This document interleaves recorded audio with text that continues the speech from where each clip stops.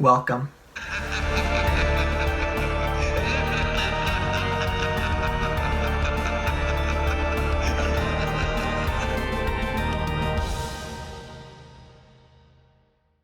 Hey everyone, and welcome back to the Flash Forward Reviews channel.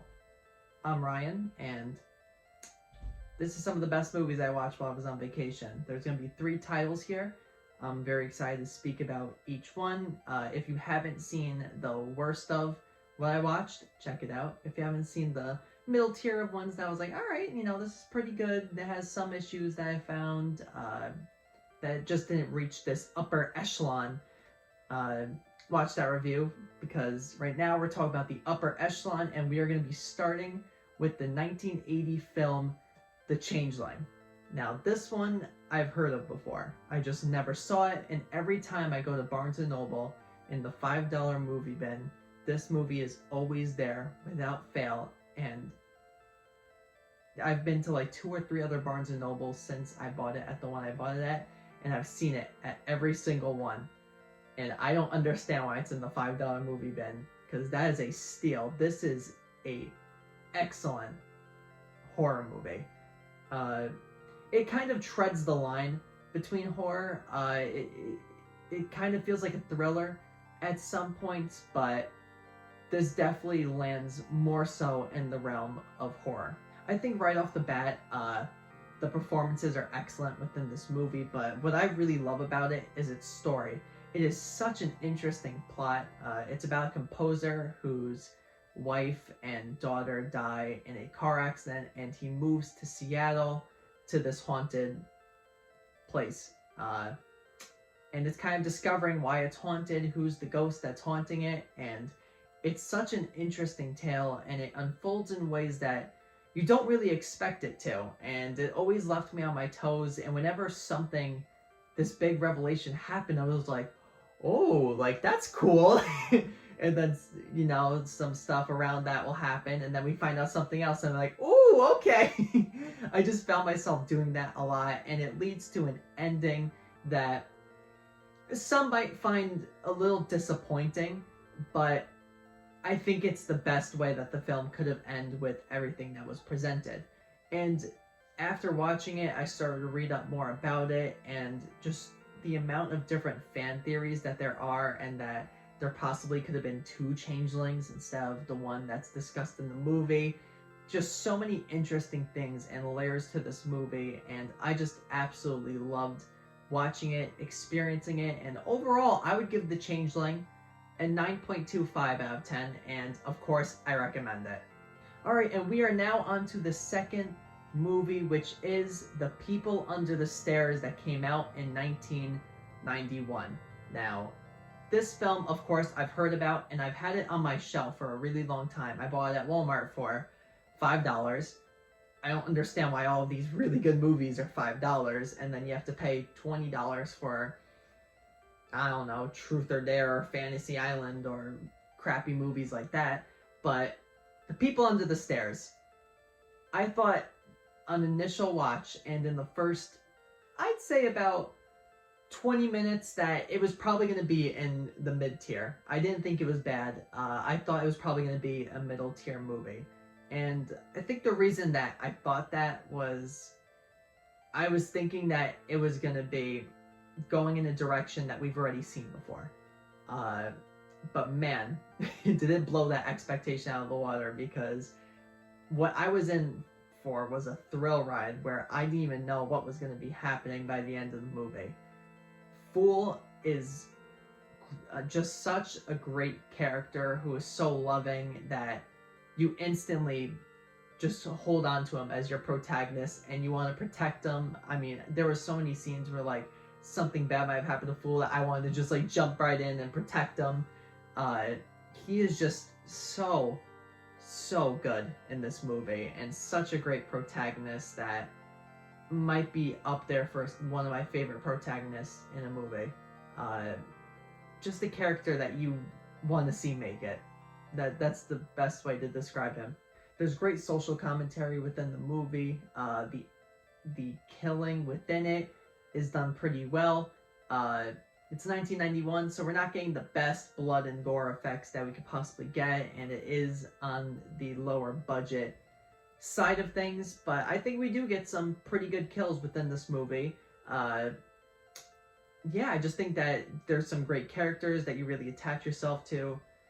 Great plot, just a lot to enjoy with this movie, and it is so freaking funny.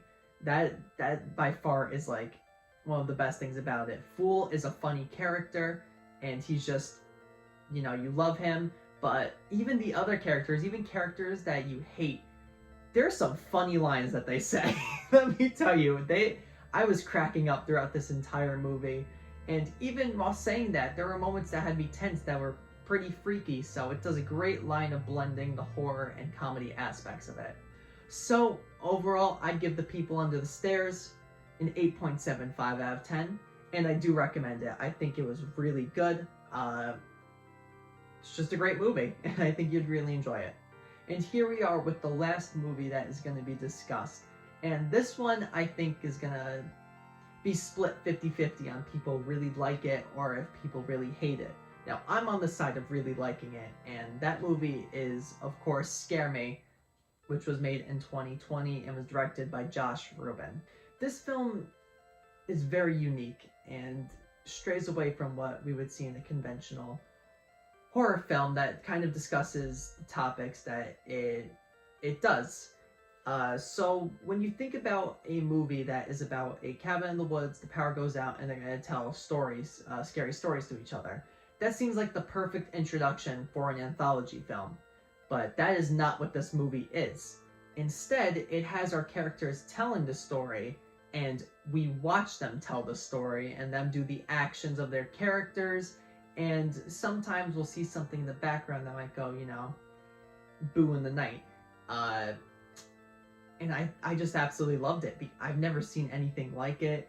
I think it's done well, and I love the comparison between what we see as a very accomplished writer to someone who's not a very good writer. And when they tell their stories, the not very accomplished writer who's kind of stinky at it, we'll see them burp sometimes as they're telling their story, or they'll get their grammar wrong. But the accomplished person just, you know, the unaccomplished wants to tear into them, but they can't because they're doing such a great job. So it's just this interesting dynamic between the two. There's a character that gets introduced who I absolutely loved. He was a great addition. There's just a lot to love about this movie. It strays away from what we would usually see and tries to be its own thing. So overall, I would give Scare Me an 8.5 out of 10. And I do recommend it. I think it's very good, and I think that you should form your own opinion with that movie. So before I end, I want to show the haul that I got at the horror convention, because I haven't done that yet. So let me get the stuff, and I will show you. So the first thing that I got my Sleepaway Camp Blu-ray signed by Felissa Rose, and I also got a signed photo from Felissa Rose that says, "Meet me at the waterfront after the social," which, if you haven't seen Sleepaway Camp, of course watch that movie. I reviewed it, so if you want to check it out, I highly suggest checking it out because it is a great, great movie, and it's a fun review. And she ended up posting me on her Instagram, so I put that in the little box. I have it here because it was just really cool, and I had such a great experience there. It was just overall a lot of fun.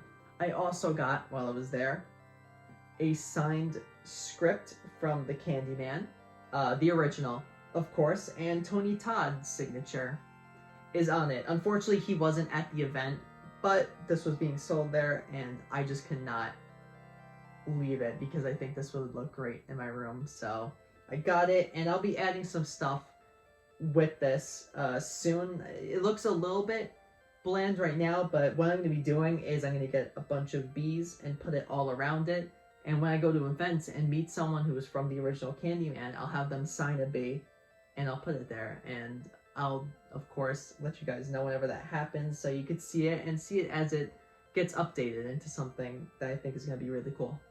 I also got my disc for the original Halloween signed by Tony Moran, who is the original Michael Myers. and he ended up signing the disc as well. He was just a very cool guy. Definitely recommend meeting him when you can. I recommend meeting Felissa Rose, and the last person that I met was Dave Sheridan, who plays Officer Doofy in Scary Movie, as well as Dylan in Victor Crowley. He was such a funny guy. I had a great time talking to him. I got something signed for Julia, which is why I'm not showing it, but I did get a picture with them, which you can see right there on the screen. Just such a cool guy, and I had a great experience going to this horror convention. So thank you everyone for watching this review, and be on the lookout for more reviews in the future. I've got a lot of stuff planned, so don't worry about what could be coming up on the channel, because there are so many movies that I want to watch and review. With that being said, let's flash forward to the next review.